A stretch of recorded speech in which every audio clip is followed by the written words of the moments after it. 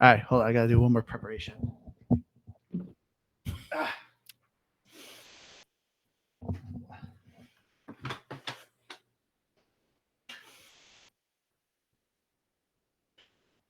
Are you gonna sit in it? Ah. Oh, that looks so uncomfortable. No, it's very comfortable, Liz. Oh God, yeah, this is kind of a regret. No, that's gonna hurt within What? 10 minutes. Ah. What even is happening? Are you wearing gloves right now? I'm a hermit Andrew. crab. Andrew, you gotta get out of the hamper. That's gonna destroy your butt. It's destroying my back. Yeah, get out of that. No, it's for the podcast. It's for the No. podcast. No, You can't the even- gloves are enough. You can't even see it. The gloves are enough. Listen, I thought you were gonna put it on your back, like strap it. Do Are we you have straps? stuck? Kind of. God, I'm so glad that you're stuck right now. Liz, pull my shell. Pull my shell. Okay. You take it. Wait, Good thing I wait, did I'm gonna laundry put on- today. Okay, that kind of hurt. I also thought that hamper was bigger. Wait, I could get the thing from the attic. One of those storage bins. No, this couch is too small.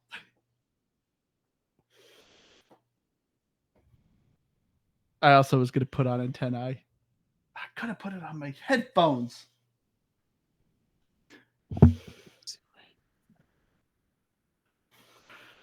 Right and left is hard. All right, you ready, Keith? I'm ready. All right. At least I still got crab claws. Hello again, everyone. Welcome to another episode of Game Pass Grab Bag, your weekly podcast reviewing games from the Game Pass collection. Bring you three unique perspectives from varying skill range. I am the Killa Krilla of this episode, Andrew. With me are trash that we found, so we decided to pick them up, Keith, Hello. and our little shrimp, Liz. Hey guys. And this week, I picked the game. I picked Another Crab's Treasure by Aggro Crab. I keep wanting to call this game Not Another Crab's Treasure. I've done that several times this week. But Another Crab's Treasure is a Souls-like action-adventure game where you are playing a little hermit crab who lost his home. And so you are trying to scour the ocean, do objectives to get your shell back. I am going to start with this episode.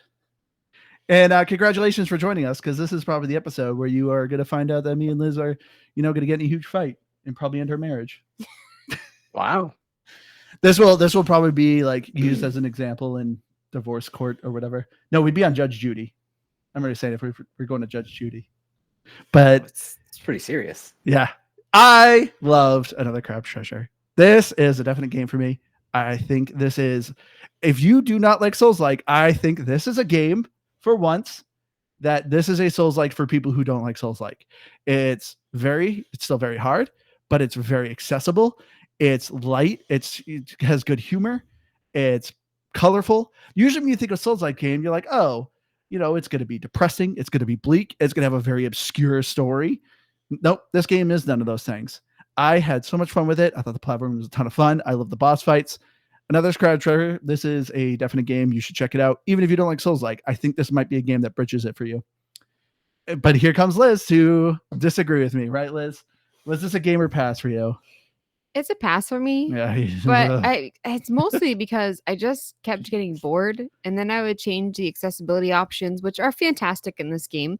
And then I would still be bored, and then I'd switch them back, and it was kind of just this like back and forth of me trying to find like a rhythm, trying to find a way to like the game.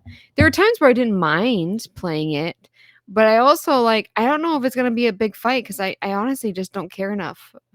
No, I'm fighting about the game. About explain to me. I'm almost positive you gave Liza P a game. Mhm. That game is way harder, and you barely got as far in Liza P. I had to beat the bosses for you, and you gave that a game. Why But did it you was like still Liza P fun more? trying the bosses. Well, I gave Liza P a game because I actually like the combat was hard, but it was still fun. I thought that the stories were very, very interesting. graphically, I was very impressed. There was a lot of things I liked about Liza P. And then looking at this game, not so much. I mean, that's Sad Story in Liza P. Yeah. Because I am thinking of the correct game, right? Yeah, the one where you're Pinocchio. Yeah. Yep. So yeah, for me, like I just, even if I'm not good at a game, if it's a good game, I'm still gonna give it a game. I'm still gonna try, but I'll probably try to cheat it a little bit, cheese it. Keith, what do you think? Got a sprinkle on that Parmesan. So I think I'm somewhere in the middle here because I don't know that I would call it a definite game, but I absolutely agree with Andrew in the aspect of if Souls-like games aren't really for you, Another Crab's Treasure isn't necessarily not for you. It's a Souls-like. It absolutely is. There's moments where I was just completely done, just done. And not because the game was doing anything wrong, but because I just could not do it. And I recognize that, and that's usually why I draw the line and I don't play a lot of these styles, these genres. But I do think overall, even taking out the accessibility settings, I thought the combat was I don't know, it felt in a way that I could manage it. At least in the overall overworld, I killed probably 3 or 4 bosses. Spoiler alert, we'll talk more about it, I guess, before I started really getting into the accessibility. But boy, and I did. Oh, I did. We'll get into that too. So yeah, that said, I don't know that I'm like, oh my goodness, I love this game. It's everything I've ever wanted. But for a Souls-like game, I absolutely was not overly angry playing it. Only a couple times. So I'm gonna say the thing that already makes this game more accessible than other Souls-likes. Usually, when it comes to Souls-like games, you have to deal with stamina. There's no stamina in this game. You can dodge until your heart's content. That's another reason why I can't believe you didn't like this game, because Except for when you're floating. Oh, that's swimming, but yeah, that's not combat though. That's always your complaint. You always hate stamina management. I mean, yes and no, because like I do like a good dodge. And I just felt like I didn't like the dodge mechanic in this game. It just felt off somehow. I just feel like it didn't work that well. You don't work. At least for me. And so you just stink. I just we'll get the gameplay. Andrew is fired up.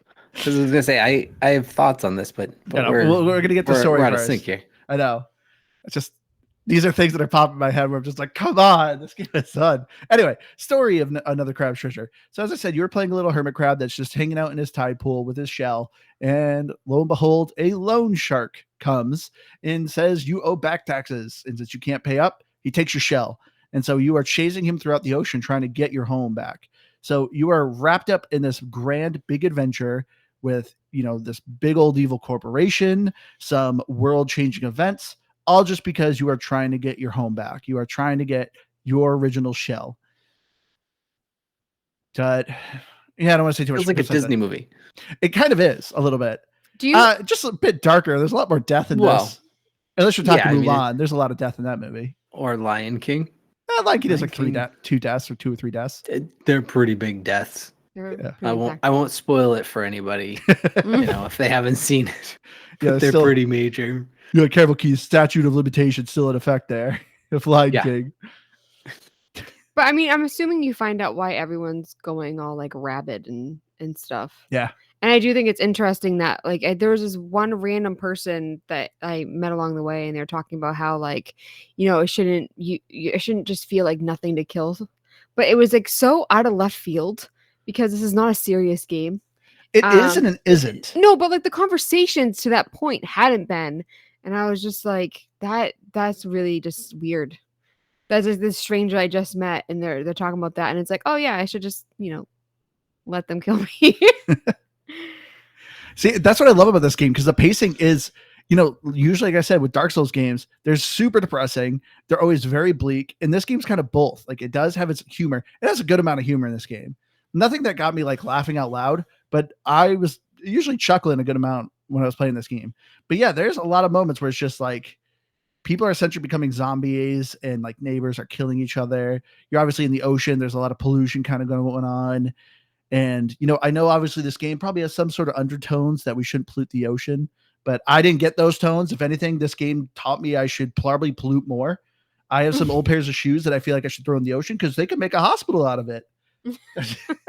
You go to the city and it's all made out of trash. And it's like, man, these creatures, and I should start throwing more garbage so these people could build bigger cities.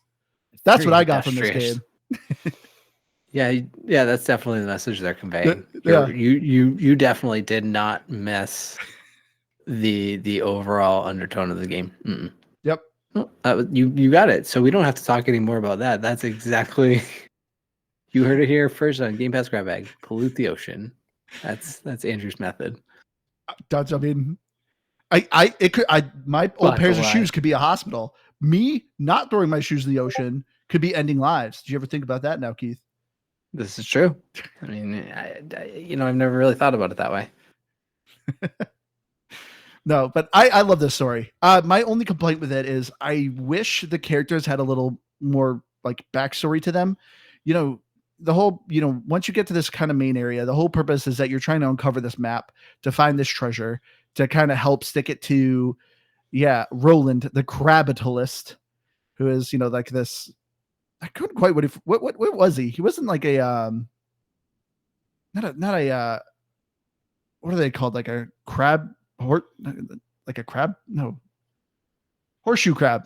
Is that what he was? Oh, I don't know my sea creatures. No, but anyway, thanks guys. But yeah, you were trying to find the treasure to basically give it to the citizens, so the CEO of this evil corporation doesn't get it. But the story, like I said, I enjoyed it. I just kind of wish the characters, because you're kind of semi-traveling with these other citizens, and you don't get much backstory with them. You have the old historian guy named Conch, and I guess that's it. He's just a historian. You have a lady who's in the lower slums area called Bottom Feeders. She runs like a dive bar. She has 2 kids. That's kind of all I know about her, and she runs a bar. And then there's another hermit crab who's blue, who wants to be a capitalist too. Sorry, a crabitalist, and that's about it. So it's like that's my only complaint. I wish the characters were a little more fleshed out. Oh, my favorite though is Chitin, the lobster samurai knight lady. But once again, not much backstory with her. Is she the one that upgrades your weapon? No, she was the one that you first met at Slacktide. And then she ends up like kind of going, not berserk, but like she becomes like a full-on warrior, and she's wearing a dead crab for a helmet. And she's always talking about how she just wants to become stronger and destroy all the evil in the world. See, I don't remember this. I mean, I guess the characters are forgettable because I don't remember that, and I feel like I should. Oh my gosh. You both are disappointing me this episode. I read all the text too. Like whenever I interacted, like I would read it, and I just like can't remember any of it.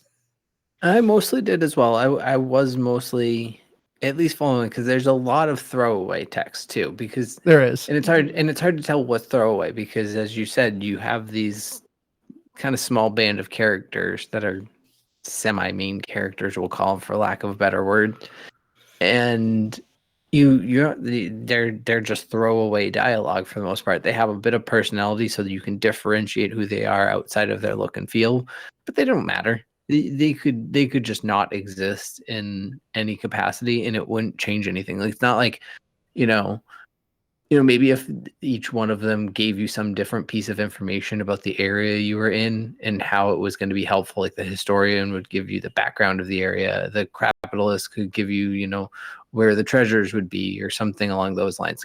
Maybe that would make sense, but no, that's all they do. Yeah. So that's generally my only complaint. But besides that, like the humor, especially all the trash that you're finding, always gave me a good chuckle. Yes, that was good. Like there's White Claw cans, but they're called Fight Claw, and the flavor is garlic butter. Squid Color Discord. Yeah, I saw it too, but there's margarine butter. And normally I can't believe it's not butter, but it's called, seriously, if this is not butter, I'm gonna lose it. I love the name of the products that you find in this game. You showed them to me, but I never remembered to look at them. So from like when you pointed the humor out to me in the game, I got it and I thought it was cute, but I didn't really look for it when I was playing. You are so lackluster in this game. It's blowing my mind because I had so much fun with it. It's I like, don't know what it is that I just couldn't get interested in. And I mean, if you look at like obviously the ocean is big and empty when you're like traveling through it and Yeah. stuff. I get it. But even like with this like swimming around, it's like everything felt samey. The enemies felt samey. Like what you know what I mean? Like I agree with you that so many bottle caps. It's like, oh, another soda can that I can crawl into. I'm just seeing the same thing over and over again. So it's like, why keep checking labels? You know, it's like that's my 50th soda can. There's 69 shells you can collect. Nice. So that's a you problem. I found quite a bit of them. Yeah, I don't know, but I do think though for the first chunk, I don't want to say they're sparse, like because there's plenty of them lying around, but it is a lot of just like, hey, soda can, soda can, soda can, and then I think probably after the first boss, like once you get into the main area, that's when it starts to open up. And I think you got further than that. Sounds like Liz. So you did get more, but at the very least, the beginning part is kind of a slog. But isn't that kind of always the way with Souls? Like, oh yeah, it always just drops you, and it's like it's going to be really hard, and then you're going to get to a point where it's going to be very manageable for the most part, and then it's going to get really hard again, and then even harder after that, basically. Well, I also isn't that kind of the format of Souls? Like, yeah. I also like was accidentally doing the map in the wrong order. And he's like, no, you have to go here. And I thought I was. And then so I did it again and I got a different piece of the map. And I don't know what I was doing wrong. And I was like, I'll find it eventually. Wait, where did you go? Wait, did you kill the big hungry guy? I don't remember. How did the bosses? He's a giant crab with a plastic fork and a plastic knife for claws. Oh my! I can't remember what a single boss was. I was like playing this game last night. Were you? I like it's so funny because I put the time in, but I just find this to be so forgettable. Like I remember the Duchess, and then I killed a bunch more bosses. I killed a bunch of them with guns though, so that's probably why I don't remember them as much. Because that definitely plays a factor. Yeah, I would fight them for like one try, and then you're just like, oh, this guy's getting blasted. Swings. Yeah, kind of. But the thing is, I actually did at the beginning try with fighting the bosses and stuff.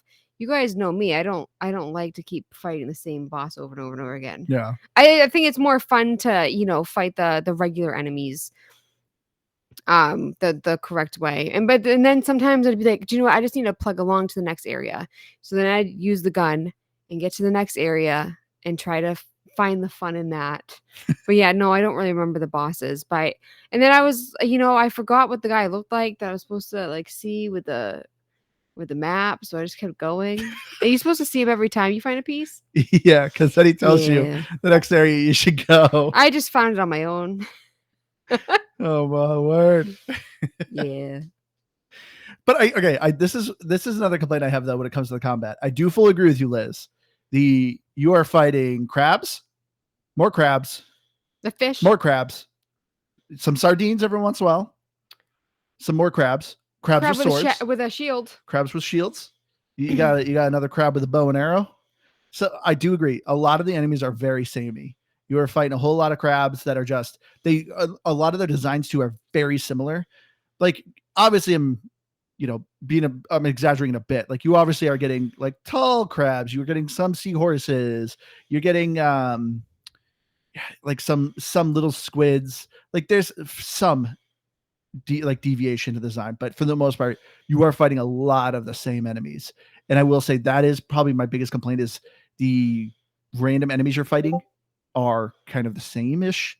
But that also being said, I feel like there's a lot less trash in this game than normal Souls-like. Like usually when you're playing Souls-like, you're playing like for like an hour, 2 hours just to get to a boss. You're going through a whole castle, doing all these things, blah blah blah. And this it felt more expedited of just like, you're going to be traveling through this area for about 30 minutes, unlocking shortcuts so you don't have to do it again.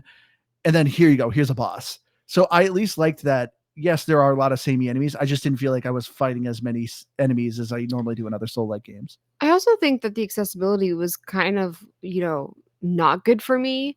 Because I mean, there are times too where you jump to a new location and there's a crab waiting, and it's just like I'll just shoot him from where I am, so I don't have to deal with it.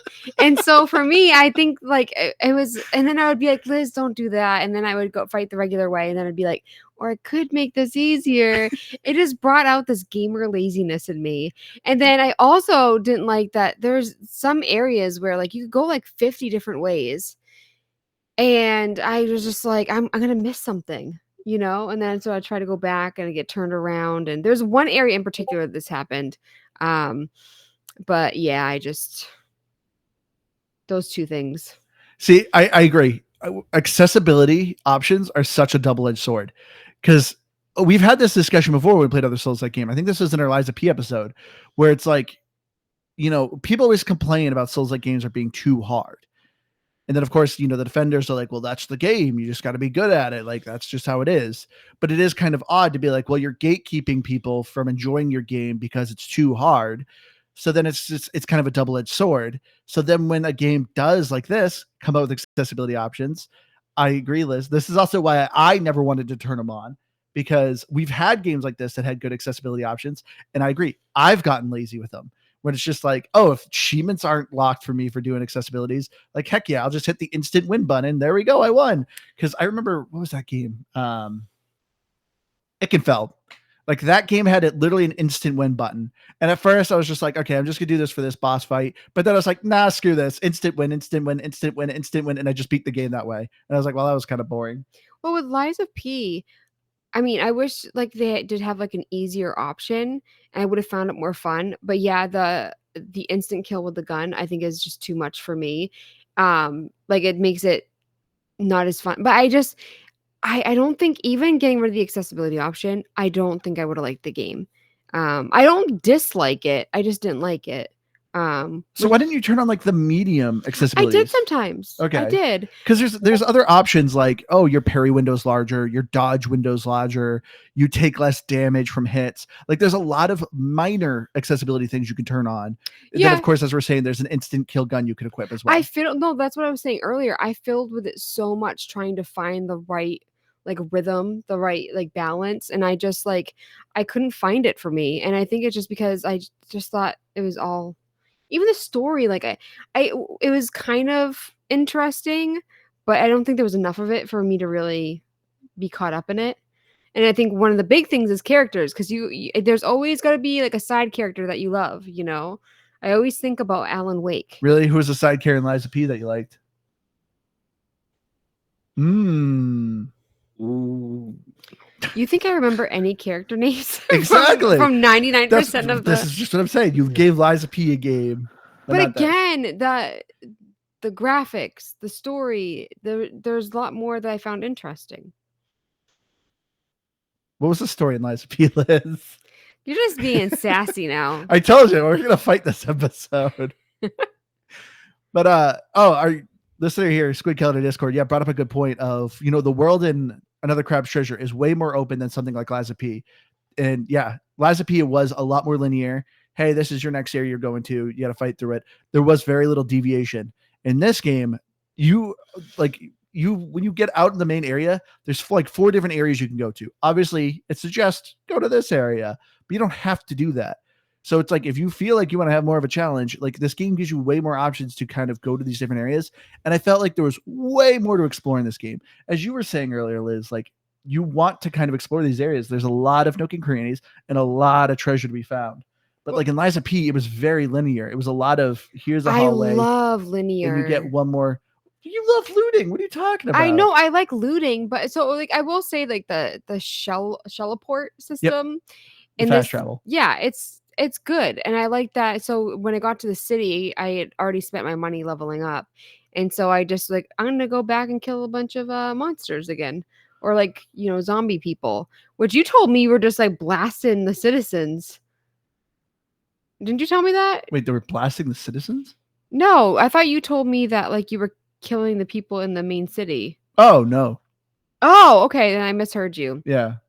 So I just took like the Shelleport and just went and just killed a bunch of bad guys, and then came back and got my shell insurance, which the achievements weren't working for me. at a certain point.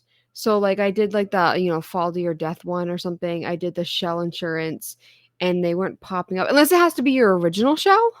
No, Yeah, so achievements just stopped working for me at one point. maybe it's because you're using a gun. Maybe. I mean, if that's the case, then I can't really blame it. See, there's something I liked about it. I like the Shelleport system. I like the leveling up. I liked there's a lot of cool, and there's the skill tree I didn't really use that much because with the combat, the way that I was playing wasn't really good for that. But I did like that was there. I mean, yeah, sorry, there's no I did a skills to couple the of skill tree them. for more bullets in your gun or something like Yeah, that. no, but I did like when I did fiddle around with it. I did enjoy it. Keith, you haven't talked in a while. Sorry. Milos will stop fighting. No, I mean, you guys just hate the game so much. I was just gonna let it go. But yeah, I mean, as far as like the overall like open map and design of it too, it's weird because I think that this is so we've been talking to Kel and our Squid Kel in our Discord a lot because he's been playing along with us effectively, and he's apparently good at Souls-like. So we'll start with that. Like you, Andrew, he can play through these games and actually do them. But he mentioned sequence breaking, which I think, if I understand, that's like basically like kind of almost like cheesing the game to like speed run things or get things out of order. And maybe all of them can do this. I think this game more than anything, like you can do it accidentally, because I'm pretty sure that that's kind of what I did. Like I had mentioned in the Discord that I had map piece 3, and I think there is some flexibility on where you can go, but I know I had fallen from some weird location and all of a sudden I didn't know where I was, but I found a moon snail shell. And so I just went with it and I just started exploring. And at that point I had been, and this is part of the reason that I had fallen, because I had gone into a bit of rampage mode because I had gotten to a point where I was just so fed up with the game that I brought out the gun and I just went around just shooting everything. I said, I'm not even going to bother with the mobs. Nope. Everything's getting the gun. And I don't know. I ended up somewhere I didn't know where I was. But then I had a bunch of microplastics and I leveled up a bunch, and the game felt like it was pretty playable again. So for me, I have to basically get this game to a point where most people would consider it God mode, I think. Because at points where you guys were comparing levels and bosses beat, you're like, oh, I beat this at level 14. I'm like, I'm at 24 and I get one shot and I'm gonna go get the gun for that guy. So cool. And that's the big difference in me and Souls-like. So talking about that accessibility, yes, I did get to a point where I abused it a little bit, but it also is so nice to have, because that's where, as much as I wanted to play Lies of P, and I don't necessarily fault it for not, the fact that I was just constantly stuck, I couldn't go further, and I wanted to so bad because I wanted to find out that story. And I didn't even care about the story in this game. I really didn't, for the most part. I was generally uninterested. I don't think I really mentioned that when we talked about the story. Spoiler alert. But I just genuinely didn't really find much interest. It seemed like, okay, you're just on this little Disney adventure to find your family, and like I did say, characters were a little flat and uninteresting. But the gameplay is fun, so that's where for me, that's where I weigh heavy on a game, and the gameplay is fun. So, or overall fun, I think. I really like this game's story because it is, as you were saying at first, Keith, a kind of a Disney adventure, but no, it starts to open up and get into like otherworldly stuff, and I'm very intrigued by it. I love the voice acting in it. The story, I disagree. I think the story is actually really good, but I will say the Lies of P story was also very good. I can't believe I actually beat that game. I remember after we recorded it, I was still, it just in my mind, I was like, I want to beat this game. So Lies of P was really freaking hard, but that's I think that's why I've been enjoying Another Crab's Treasure so much, is because like I do love Souls-like games, but this one is just like so delightful, and it does have just the right amount of challenge, but not too over challenging. Like the area that Keith was talking about, in our Discord, Squidkill was mentioning how there's a boss when you go to like kind of an open field. There's a boss that'll hunt you if you get off the beaten path, called something the Ravenous. It's like Rhaegar the Ravenous or something like that. Very hard. You're supposed to beat him later. I think they recommend like level 20 or 30 or something like that. No, I think it was like 30, like something. Oh, Pagaris Ravenous. Thank you, Squidkill. But yeah, you're supposed to beat him when you're like level 30. And Squidkill was like, oh yeah, I beat him at level 17. So me with my natural unhealthy competitive nature, I was like, I gotta beat that high. I gotta do that. And I beat him at 15, which granted 15 from 17 is negligible. Like it's not much of a difference. But the fact that, Squidkill on our Discord did it, I was like, okay, I gotta do this. I gotta beat this guy at a low level. And it's kind of funny because when you beat it, they even the characters kind of were like, you weren't supposed to do that right away. You're supposed to go to this area. They're like, well, go back to that area we told you to go to in the first place. But I loved the boss fights. The boss fights, I think, were just really fun. I hated that fight because usually with a boss fight, when you die, you could spawn right there and just fight the boss right away. But with the Ravenous, you always have to walk to him. And so it was like a 2-minute walk, and that was starting to drive me insane. I was tempted to pull the gun on him, but I was like, no, I got to beat him at level 15. And I did. But I think the boss fights are just really fun. The first big guy that you fight, I was actually really happy that you could skip the dialogue and stuff. Oh, the commander? The first lobster guy, yeah. That was actually, I was like, that's fantastic. Oh, because there's so many games that don't do that. But this is kind of random. I had trouble with, are they urchins, the purple spiky things? Yeah, the things that don't move and they only get hurt if you touch them. No, because there's one where I was jumping and I landed on it and immediately popped over and died. But then it kept restarting me, immediately hitting it and plopping over.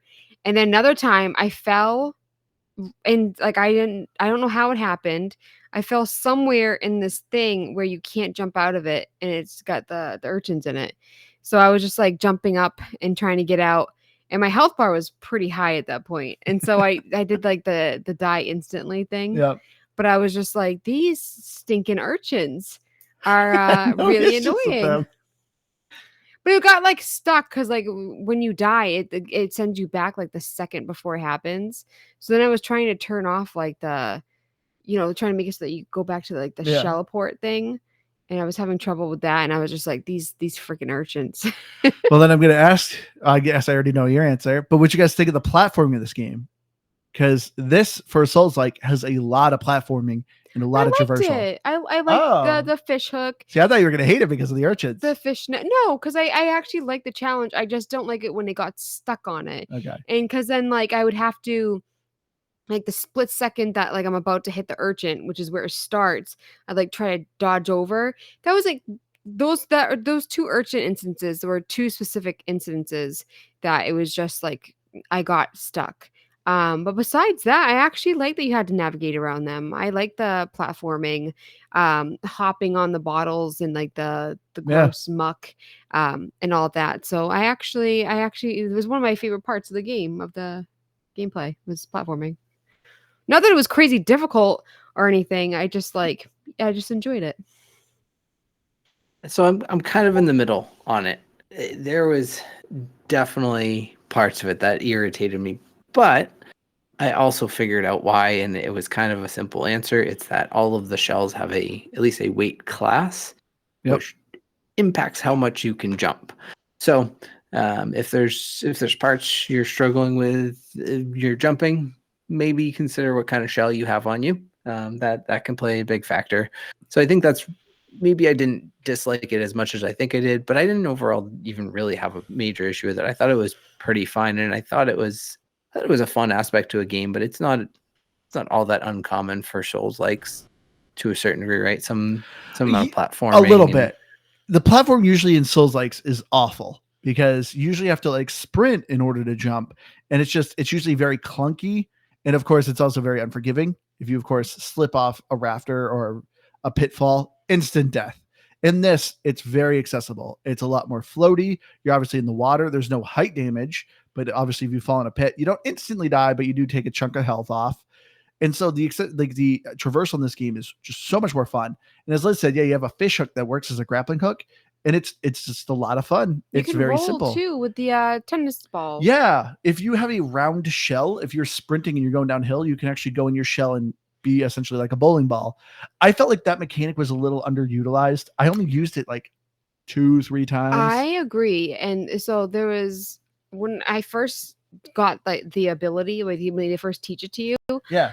I thought I was going to I use it a lot. struggled so hard with it. Really? And then so Just I run and press left bumper. there That's was all this you do. like slide area later on that I didn't have. I had my gun on at that point, and so I was like, oh, I can't roll like a ball. But then I ended up having to backtrack and go through it again, and I got a different shell. And I was like, I don't know if I remember how to do this, but I did it, and I was like, oh, that was kind of fun going down the slide really fast. But yeah, besides that, I don't remember really needing to do it or like having an opportunity. Yeah.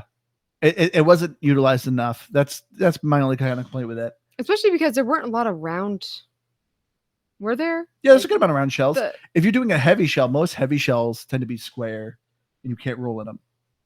Yeah, I just remember seeing like a lot of like I figured it wouldn't work with like obviously the shot glasses, the cups, the cans, the what are they, sriracha nozzles? Yeah, no, it works for them. Oh, it does? I Yeah. just assumed because it wasn't round, so I didn't even bother trying. Well, it has a round edge, and that's where you go in. Which I just realized, is the gun a shell? Yes. Yeah. Oh. Because it compares the two when you go to switch. And also it flashes red when it's taking a lot of damage. Oh, so that's but- probably one of the shells I'm missing. I'm only missing like 3 or 4 shells. But you Yeah, can there's also an go achievement to use the gun. Yeah, but I don't have that achievement. That's a disachievement in my book. Wow, okay. Get over yourself.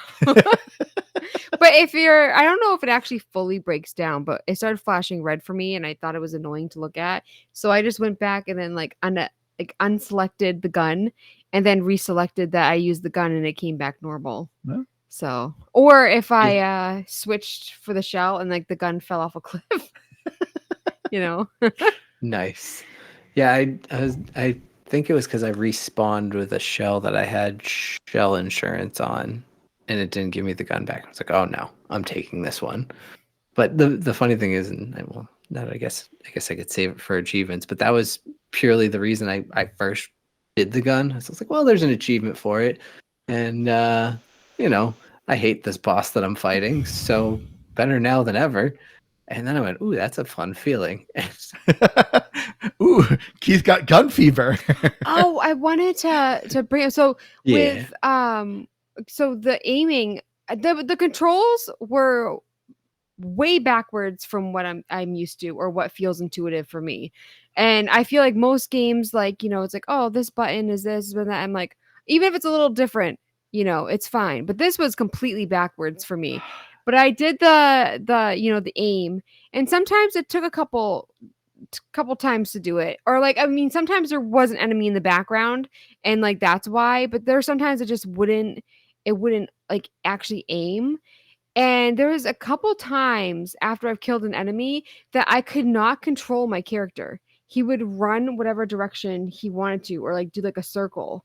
And so it wasn't the actual controller, it was the game. Like I couldn't control my character. And it happened a couple of times, and it was always when I was using the gun. But it was kind of weird. See, the controls, you're complaining about the controls, but I'm telling you, these controls are the same in almost every Souls-like. Right bumper is almost always attack. It's usually right bumper, light attack, right trigger, heavy attack. Almost every Souls-like. Liza P even did B it, is sprint, right? which that's B. It was sprint Liza P as well.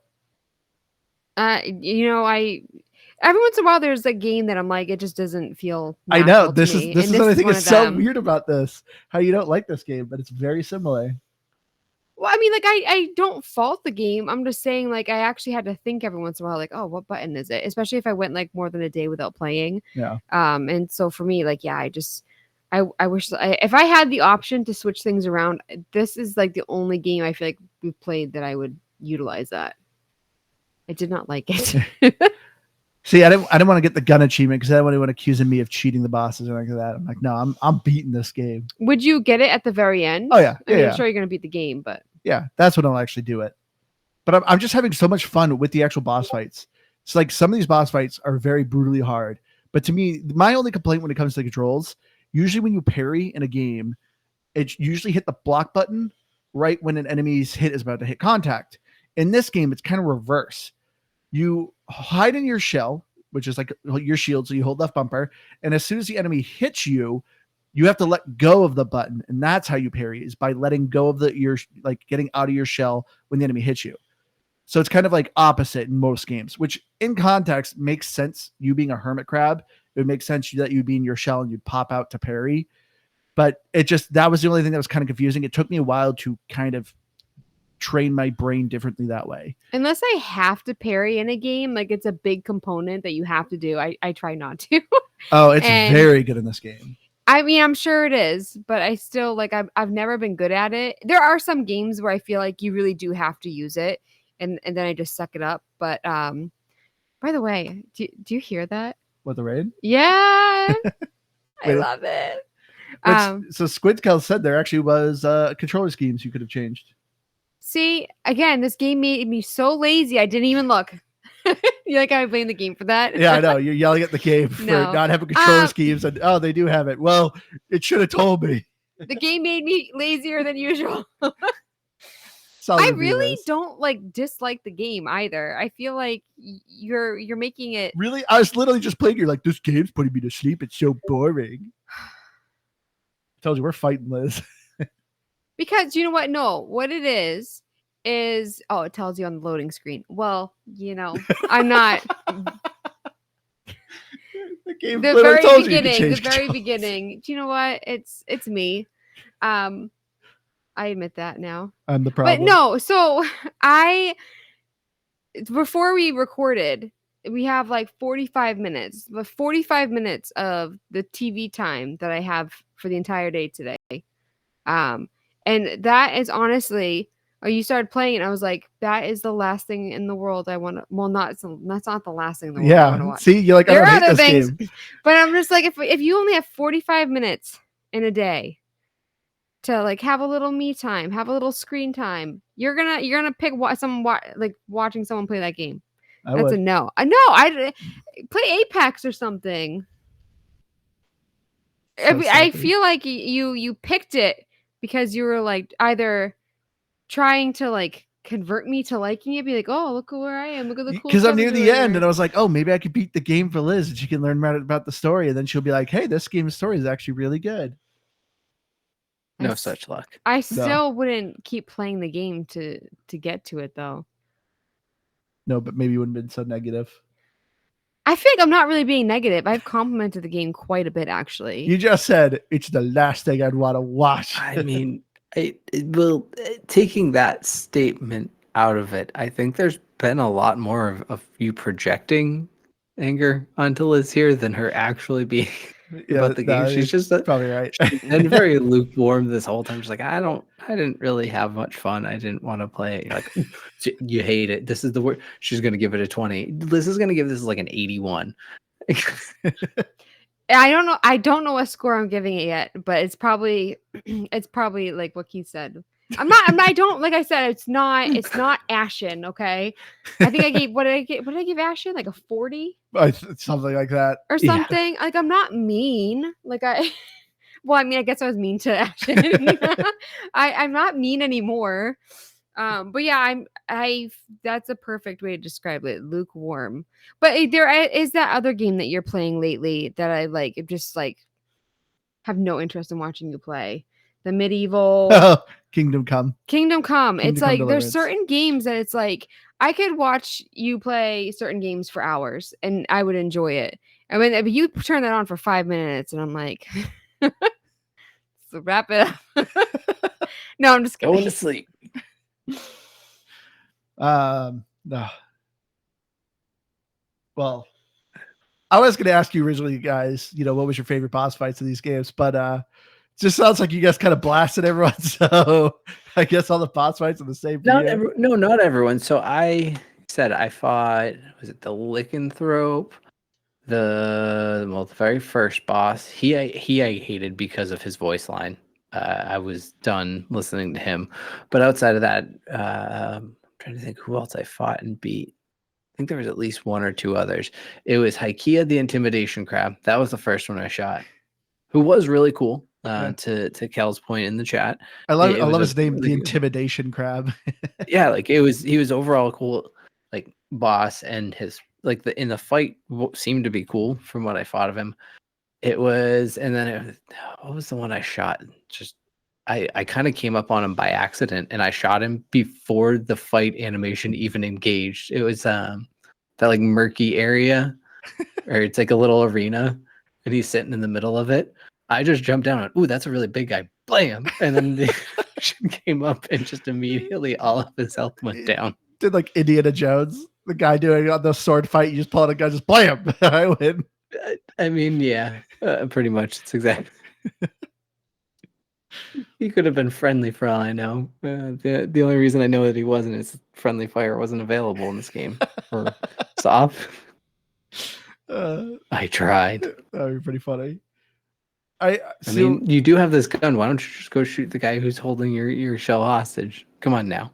That's kind of my Yeah. question. The entire time you're killing so many people, it's like, why would you just kill the guy who but took they're your shell? all like rabid and Yeah. zombies and stuff. That guy was just being a jerk, you know? I mean, Yeah. there's a difference between kill or be killed and just being like, oh, someone took something of mine. I'm gonna go kill them now, you know? It's a good point. That actually mean, would be murder. The textbook. I think borderline probably even the first degree at that point.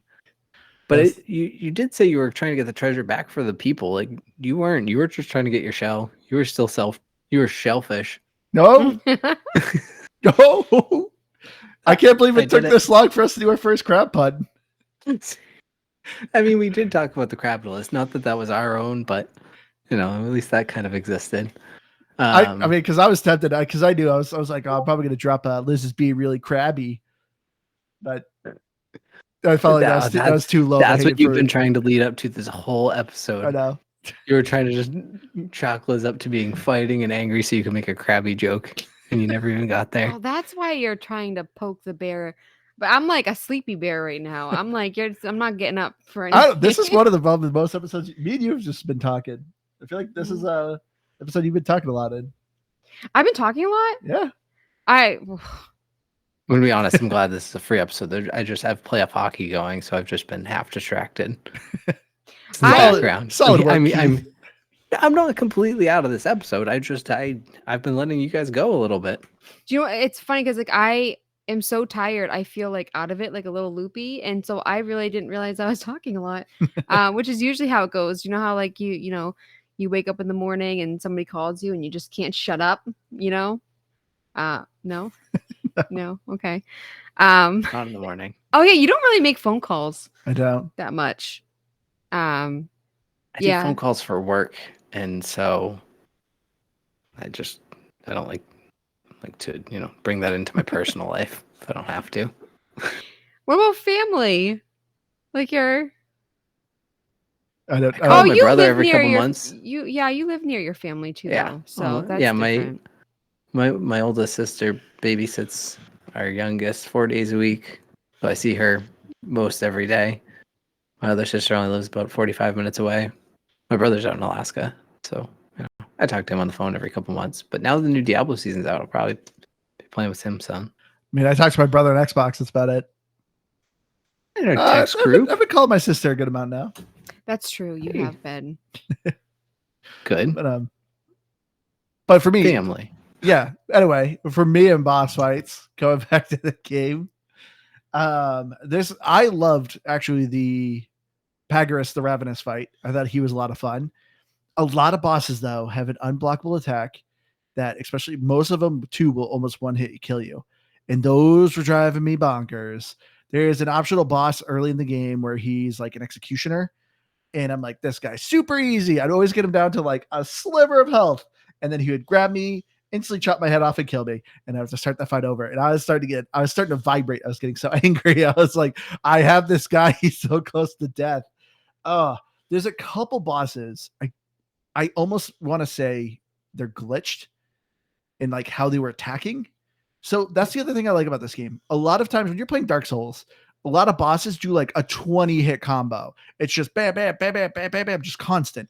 In this, a lot of the times it's like at most when they're like NA in like stage 2, it's like a 5-hit combo. So there's usually a lot of ways for you to kind of see what they're doing, dodge, and kind of get out of the way. And it's like relatively forgiving. There's one boss. I mean, I guess that's really not a spoiler because it's kind of obvious that you're going to fight him. One of the bosses I just recently fought was Inkerton, who's a little squid. Great name for him too. That's cute. Inkerton. But he has a shotgun, and he would usually do an animation. Like when he shoots it, he would go and kind of reach behind his back to pull out a new one. It would be like a 2-second delay, kind of, oh, hey, he's getting another gun. But there was a handful of times he would double blast me. He would shoot, and then instantly like another shotgun would appear and just blast me again and instantly kill me. So like there was a couple movesets he did that I was just like what the heck? Like there was no gap in between for me to recover. It was just bam, bam, dead. And it's just like that fight I did last night, and it took me probably about an hour, and I was getting quite frustrated. He was probably the first one I was tempted to shoot with a gun, but I was like, no, I am going to beat him. There was one that you played in front of me, and you had like the tiniest sliver. Oh my gosh! I Yes, mean, and he had the showed you. tiniest sliver, yeah. And I was like, oh, And see, you're like that would make me quit this game. I'd be done. No, I'd take out the gun. But what was the enemy that you thought was really annoying? Oh my gosh! Okay, the basic enemy. there's a couple basic enemies. Basically, if you were seeing a crab with very long legs, there's different variations of them. They are Hated the those ones. worst. Like they're just not designed well, because usually enemies' attacks are very well telegraphed. But there's these tall crabs that have a sledgehammer, and they usually do a wide swing, and then sometimes there's nothing that really shows it. They'll do a quick follow up of a push with the hammer that hits you, and it does a significant amount of damage. This is another kind of little complaint I have with the combat. Usually when you parry, you usually cancel an enemy's combo in most games, but not in this. You usually have to parry every one of their 5-hit combo that they're doing. So it's really annoying. It's usually more beneficial to dodge a couple of them and then parry 1 or 2 of those to stun the enemy. But yeah, those tall crabs, I just cannot figure out an accurate way to fight them. They're just so obnoxious, but they get worse. There's taller crabs you find farther in the game. I don't want to give too much spoilers with them, but if you play the game, they're telephone crabs. And my God, they're like massive mech crabs, and they are so annoying. I actually just started sprinting. I'm like, I'm not even fighting enemies anymore. I just kind of want to get near the end of this game, and I just was running. I'm like, nah, screw it. Just running past these guys. Don't care. But some pro tips I should probably give some people. So Liz, you were saying about the skill tree. The skill tree is very good in this game. I highly recommend you quickly get it's on the final branch. It's wherever you stun an enemy, you can hit a mark's weak spot and do a ton of damage. I highly recommend you get that early. That does great, especially for bosses. Oh, and yes, the hammer. Where do you Squid get Killer the Discord. hammer? Because I never got the hammer. It's one of the abilities. You do a charge attack to a shell, and it turns your weapon to a hammer. And the hammer does so much damage. It's really, really good. Yeah, I saw you using it. Yeah, get the hammer and get the weak point attack on stunned enemies. Those will help you a ton. Also, and then probably like the third one you should really get is the grappling hook. You can, instead of pulling enemies towards you, you can actually charge enemies and hit them. That was so useful for boss fights, because a lot of people, like, usually if a boss isn't being taken hits, they have like a stun meter. And if they aren't taking hits, the stun meter starts to go away. But if you can just quickly jump to them with a grappling hook, you can do a ton of stun damage and just get into the fight, bash their face and stun them and do more damage. It's really, really helpful. Another tip, don't use the grappling hook. It took me a while. I did not realize this till later in the game, but you can grappling loose shells. So there's a handful of times, or your dead body. My dead body would be in the middle, surrounded by enemies. And I'm like, I would have to try to run in, grab my body, and I usually would end up dying. But no, you can just use your grappling hook and just grab your dead body and bring it to you. I didn't know you could do that. Wait, Yeah. did you leave the option where you lost everything when you died? Or did you? I kept that on. Yeah. Oh my There God. was, this is another one of the nice accessibility options. Usually in a Souls like you die and you drop all your stuff, your treasure. In the accessibility options, there actually is a icon where you can just recover your body. So you don't have to go up to and collect it. You can just hit that button, boom, you got your stuff back. I will say I used that twice, but that's because I knew I was going to put the game down for a while, and it's like, I'm going to forget where my body is, but I need to stop here.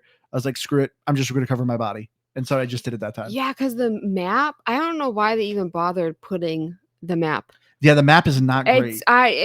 It's useless. I don't understand why they even had it there. It's not useless, but my biggest complaint, you can't move the map. You see a map and it's Yes. just, it just gives you a snippet of the general area. But yes, it's hard to see what a path is, and you can't move it. Like, let me move the map. I don't get that design. Yeah, that was like my big complaint with the graphics, where I'm just like I every time I tried to use it, I didn't think that it was worth it. I was like I would just rather just find it myself. Yeah. I feel like I could have used it quite a bit too. Yeah. Yeah, So- no context of how to use the compass whatsoever. I mean, it's a compass, northeast, southwest. Yeah, but I mean, I think it probably worked like somewhat of a more of a traditional compass than like a video game compass does. Because like, I don't know, it just like most video game compasses like rotate with the map and with your movement. It didn't do that, and I struggled a lot. I just, at least in the city, I knew where I was going, and then for the most part, I was able to mostly find my way because while it is open, there's generally a fairly linear path, like you were talking about, as far as, you have to travel through a certain point through this map to get to a boss, and that's that. But there was a pretty well defined, like, okay, this is where I have to find my way to go. So that was overall pretty helpful too. Well, even in the city, like there's one guy I kept trying to find. I don't remember who it was. And he was on the bottom level, and I kept like going around him. I'm like, I really wish that it showed me on the map. The city's kind of weird. It's a very large city for literally 5 shops. There's literally just 5 areas you gotta go to shop at. There's one that I could never it's a find. 2-story. It's a 2-story massive city. It's kind of weird. Yeah. I agree. There was a lot of times I'm like, where is the pawn shop? Well, it's called the prawn shop. Well, the first time I went to the prawn shop, there's nobody there. Like it didn't trigger the event. Yeah.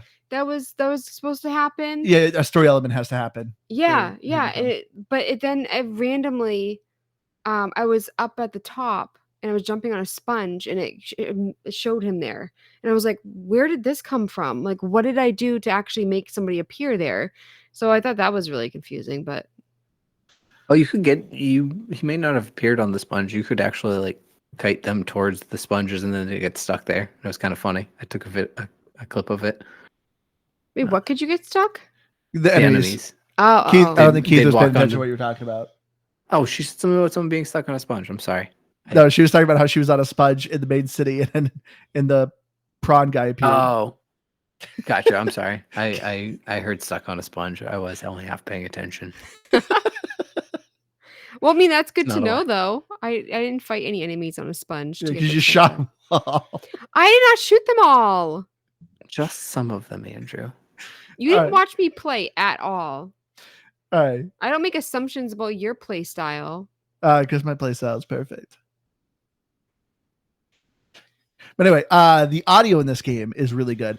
I loved the voice acting. I really wanted more of it. I got kind of annoying where it was like, here's a cutscene, great voice acting, and then burp, silent text.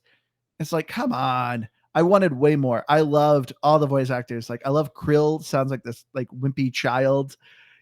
Roland, the main like CEO. I loved him, especially when you kind of do a fight with him.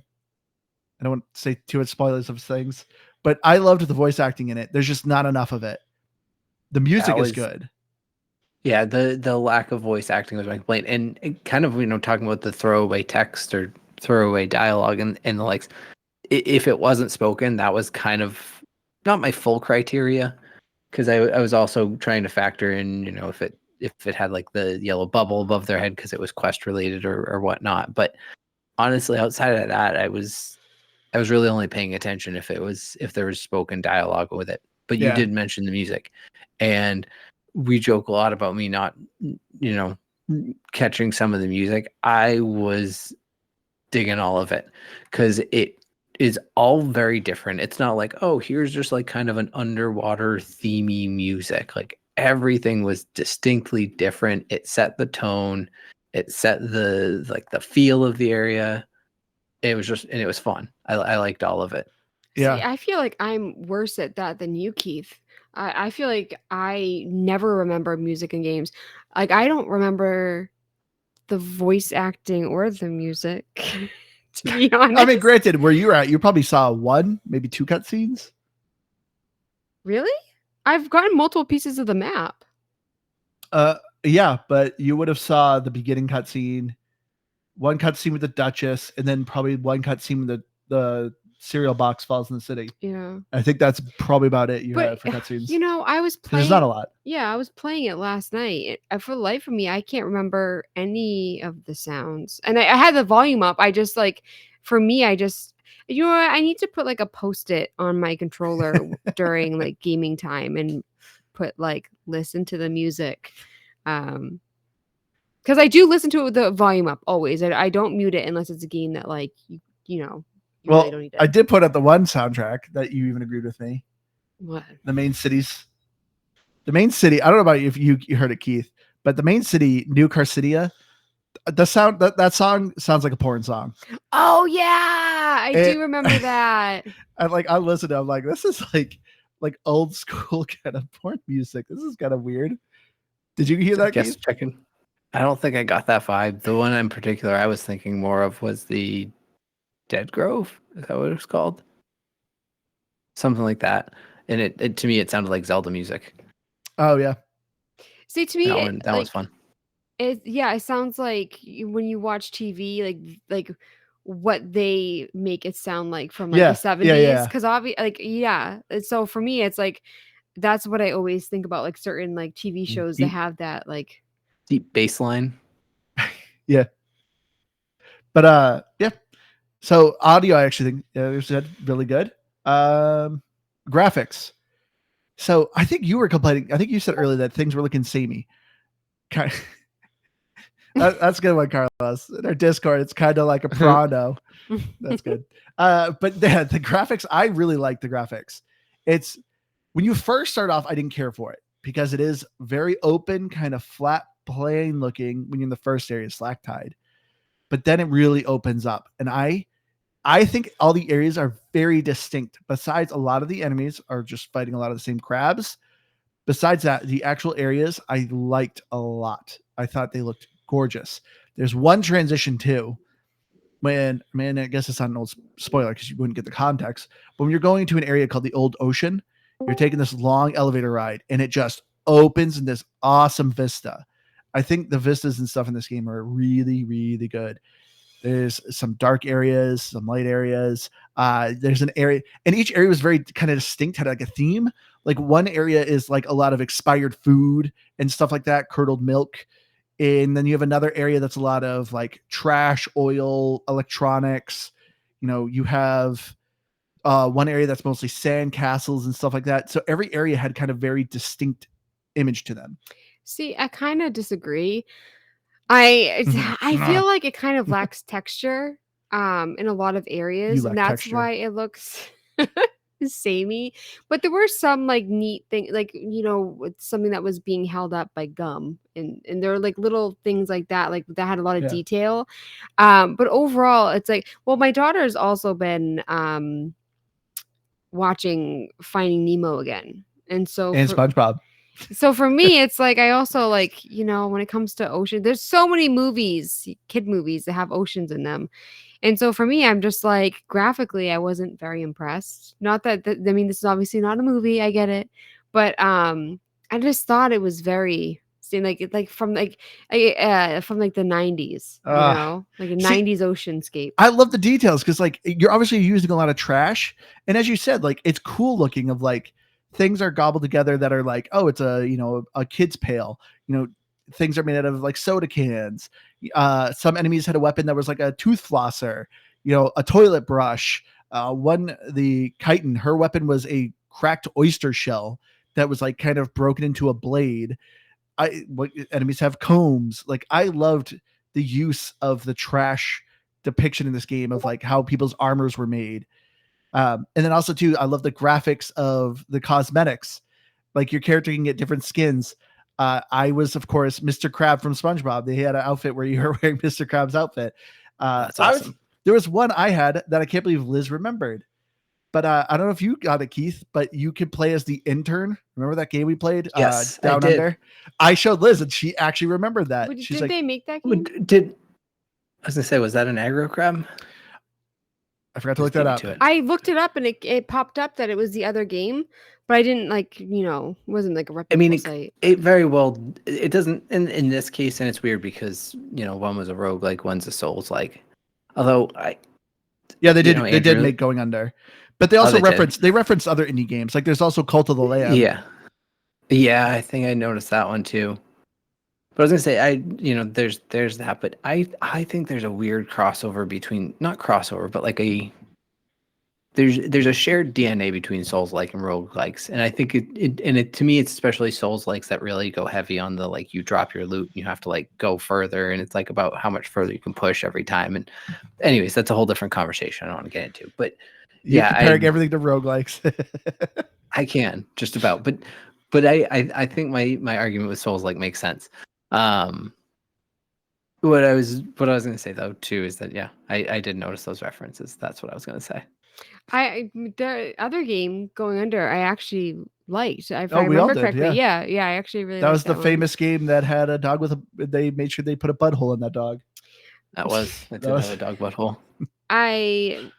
Which the what's that game that Piper's playing lately? The cat game. Oh yeah, Little Kitty Big City. Yeah, that one, a lot of cat butt Yep. in it. I mean that's accurate. Cats love to show their butts. It's very true. But the graphically, the main character, like I like when they have like the text going on and his face changes Yeah. because he gets kind of like he mad a bunch. You think he's like this like cute innocent crab, but he can get fiery. Oh yeah. But for me, And it's just like murdery. yeah, I felt like there was this weird like conflict graphically with like things that were like really detailed and crisp, but like the general graphics weren't. And like I wish it was kind of like picked one lane, I guess, if that makes sense. No, it does not. It does not. Okay. That's all right. But as long as you understand what you're saying. Yeah, we believe you, Liz. we don't have to agree with you, but we believe you. Well, like even looking at the city compared to like just the ocean when you're traveling around, I don't know. I just felt like it wasn't like just one. It wasn't like, I mean, one person could have designed it all. I don't know, but it just felt like it was multiple people's. I mean, games are usually made by Vision. multiple people. No, but usually Like with I- like graphics, like they combine things from different areas. I feel like I was gonna say that, or I don't know. I'm almost taking what you're saying. It's almost like they all independently designed an area without talking to each other, and then Yeah, just cobbled kind it of. together. I Or, don't like, agree, yeah. but that's what I'm. That's what it's. And But, no, like, and even, like, again, I'm not just- even like making fun of you. Even just like background compared to characters, compared to like the city. It just like I don't know. It just like it felt weird to me. I don't But that's know. like the design choice that I like because it's like oh, this is the expired food area. This is the construction. Another thing, I thought it was great that things glinted so vibrantly, and you knew you could pick it up. easy to find. So, Yes and no. That's because there another was- positive thing.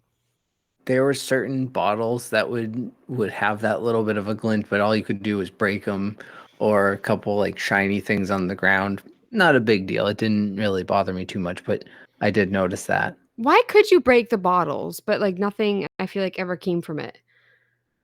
I There don't was know. occasionally.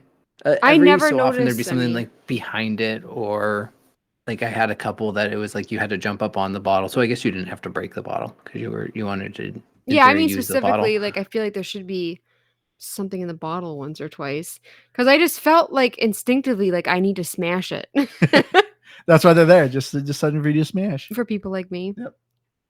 But looking at achievements, Andrew, Yep. How close are you to finishing the game? do you Very think? close. I think Um, I have 3 more bosses. So you're at 430 out of 1,000 gamer score with 21 out of 32 achievements. Keith 180 with 12 achievements, and I'm at 120 with 8. Yeah. But like I said, there are 2 achievements that I just can't get because I think I did turn on like the you can die thing.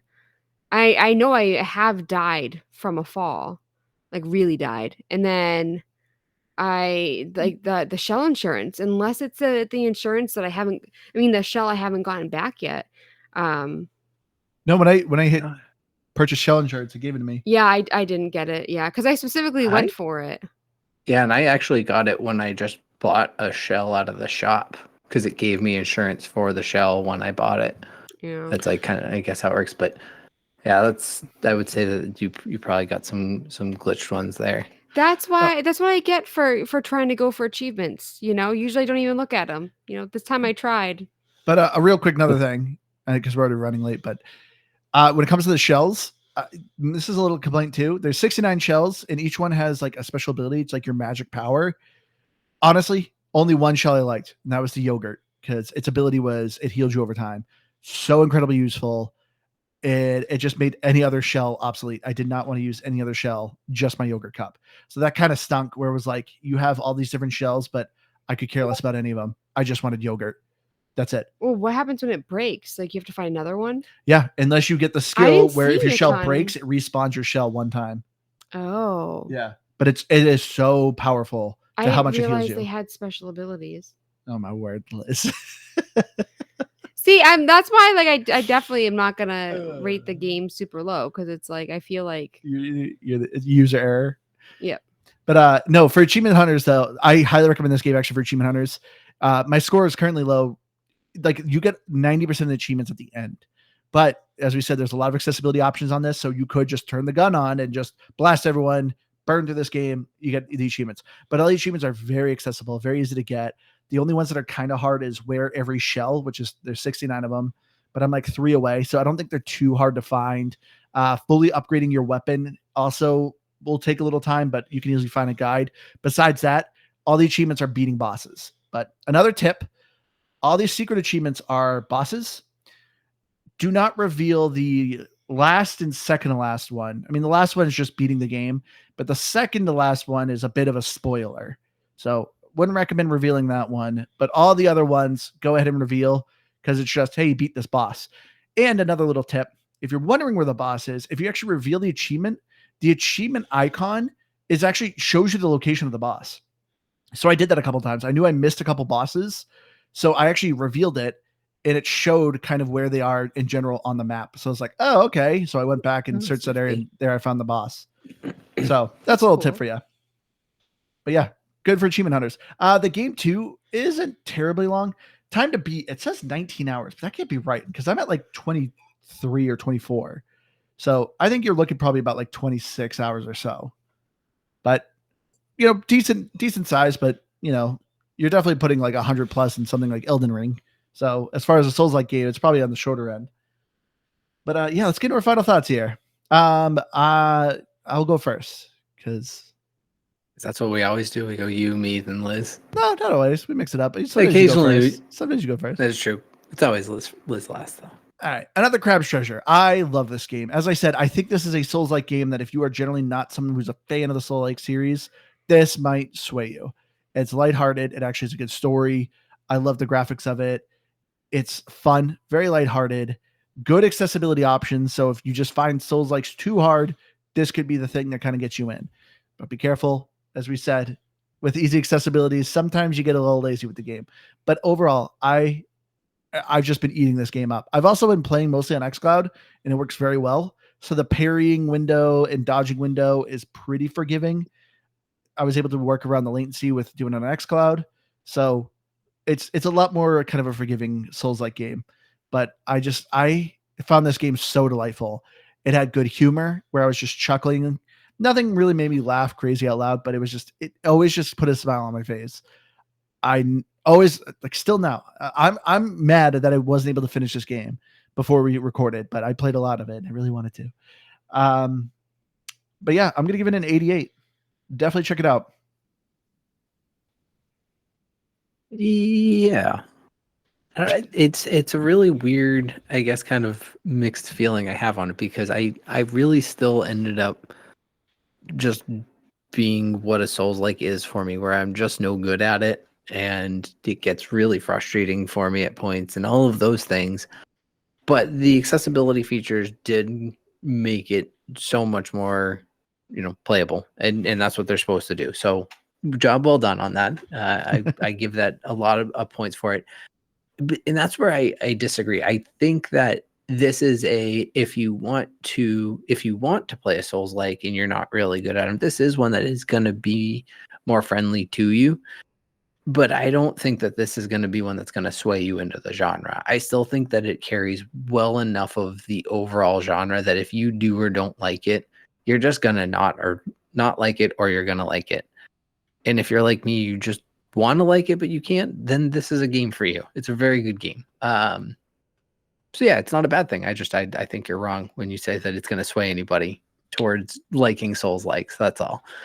Right in, listeners. Tell me I'm right.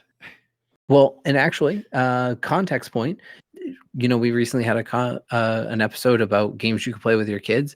Well, this isn't one you could play with them per se. This is absolutely a Souls-like game that you could play around your kids, and like, yeah, your weapons and your fighting, but there's no gore, no disgusting monstrous creatures. They're crabs, and I don't know, maybe it gets a little worse, but overall, I don't think that I saw a single thing in this game that I would be concerned about my children seeing at any of their ages. So I think that it's nice for that aspect, especially if you're a parent and you want to play a Souls-like game. So, yeah, overall, while I still stunk at it, I wasn't able to do it. The gun is fun, and it encourages you to do it with an achievement. So I'm all about that. And I give it an 84. I'm going to give it a 75.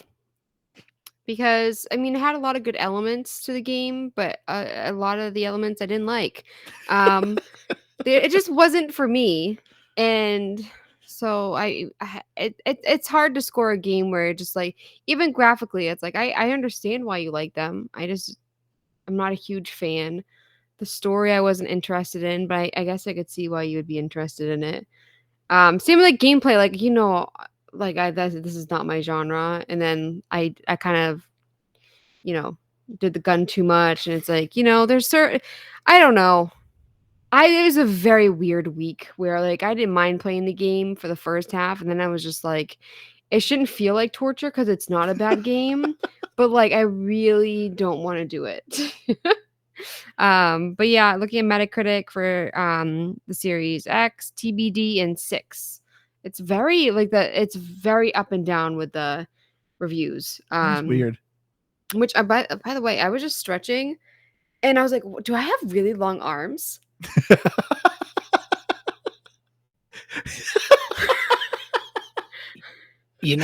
love that. Do I?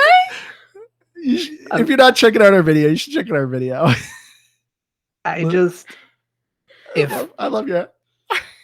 If Liz wasn't pregnant, I would have a whole lot of questions about what happened before this episode. Anywho, that's a conversation I would have with some of my friends in cars years ago about how long my arms were or heavy they were, possibly, various things I might have said about my arms. It's just like I really can't tell because maybe it's just like the camera angle. But I'm like, I need to Google it, like how to tell if you have long arms. Well, because like, I mean, obviously if you're buying long sleeve shirts and they go to like here, but like, I mean, different companies have different kinds.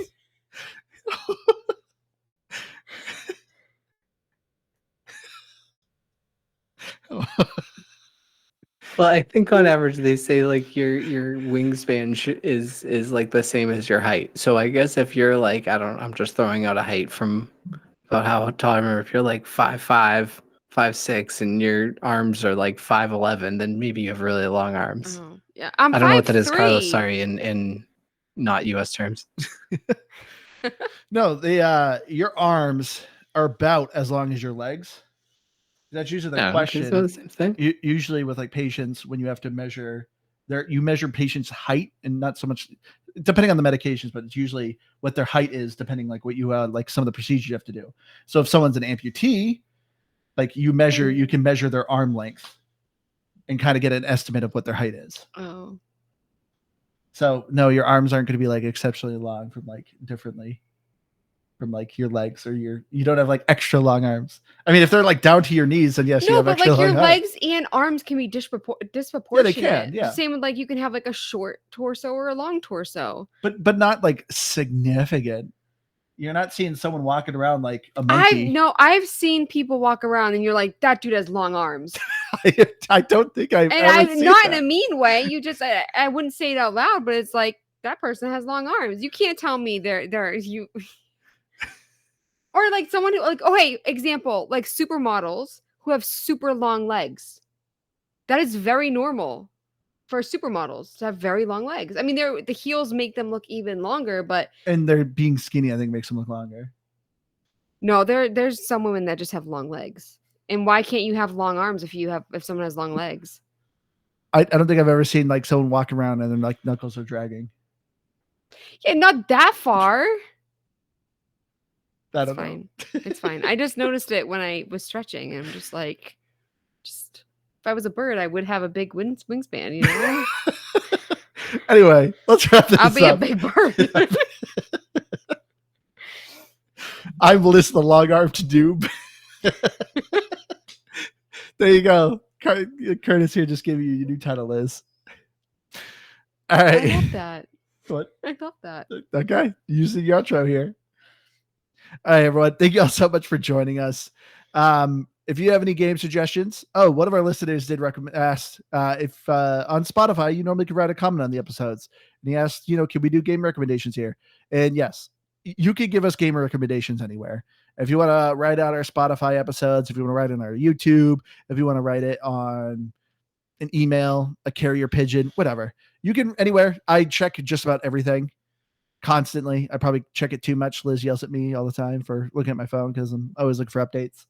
But yeah, if you have any game suggestions, you never know. I might open an email and not tell you. So Keith is there's a good chance I may not read emails because yes, Keith does that a lot. He opens emails and doesn't tell me. I just need to point out real quick because you're making me sound like a mean wife.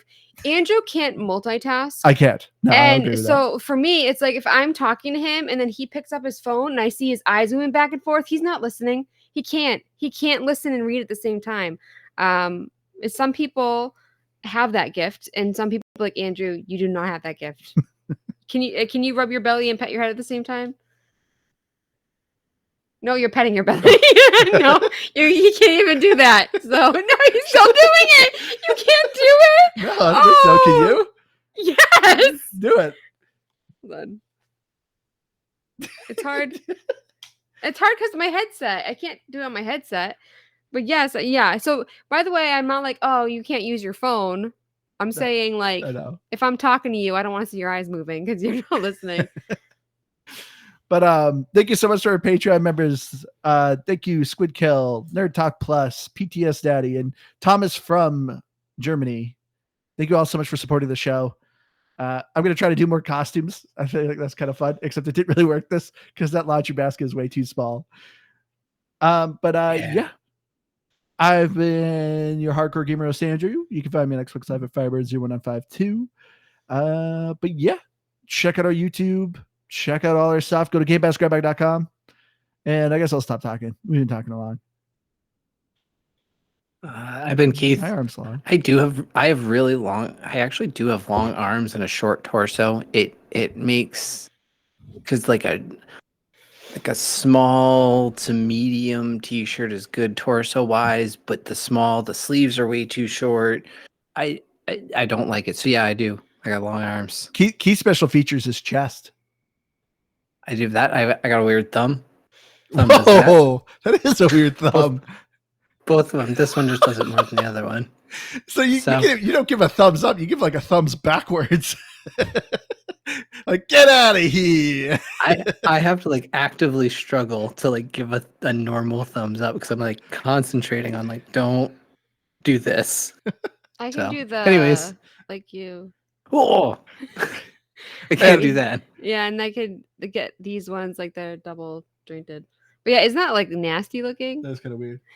For our audio listeners, I feel like you should check out the this video. Go to our YouTube and check out this video because this is weird. You can see my weird thumb. And Liz's long arms.